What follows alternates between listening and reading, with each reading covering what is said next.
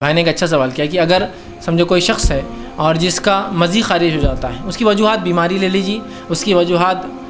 صحت لے لیجیے، اس کی وجوہات کچھ بھی ہو سکتی ہے، اس کی وجوہات انسان نے کوئی چیز سوچ لیا، سمجھ لیجیے نوجوان نے کچھ سوچ لیا اور جس کی وجہ سے اس کی مزی خارج ہوگی، تو بہت سے لوگ یہ سمجھتے ہیں کہ مزی کی خارج ہونے سے غسل ٹوٹ جاتا ہے۔ غسل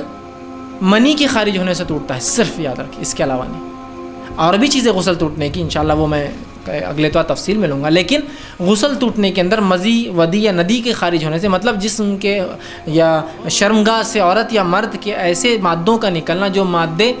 منی نہیں ہوتے ہیں، ان کے نکلنے سے صرف اس کا وضو ٹوٹتا ہے، اس کے غسل پہ کوئی آنچ نہیں آتی۔ لہٰذا ایسا شخص جب ایسی چیز نکل جائے، چاہے بیماری کی خواہش سوچ کی وجہ سے، وہ صرف اپنی شرمگاہ کو دھوئیں گا،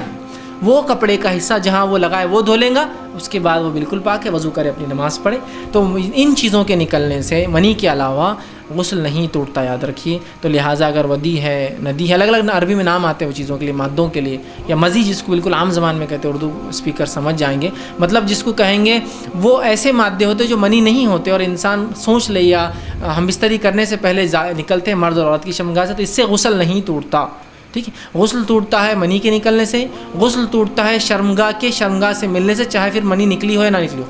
ختنہ سے ملنے سے، شرمگاہ مل گئی، صرف ابھی ہم بستری کرنے سے پہلے ملی صرف، اور اس کے بعد کچھ وجہ سے نہیں کر پائے تو بھی ٹوٹ جاتا ہے۔ اسی طرح غسل ٹوٹتا ہے انسان کے مرنے سے، اسی لیے میت کو غسل کرایا جاتا ہے۔ تو بہت مختصر ہے جس سے غسل ٹوٹتا ہے، تو جس میں ہی شامل نہیں۔ تو لہٰذا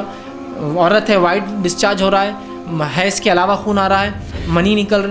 جو ہے مزی نکل رہی ہے، یا اسی طرح جو ہے دوسرے مادے اگر نکل رہے ہیں، تو صرف اتنے حصے کو دھونا ہے،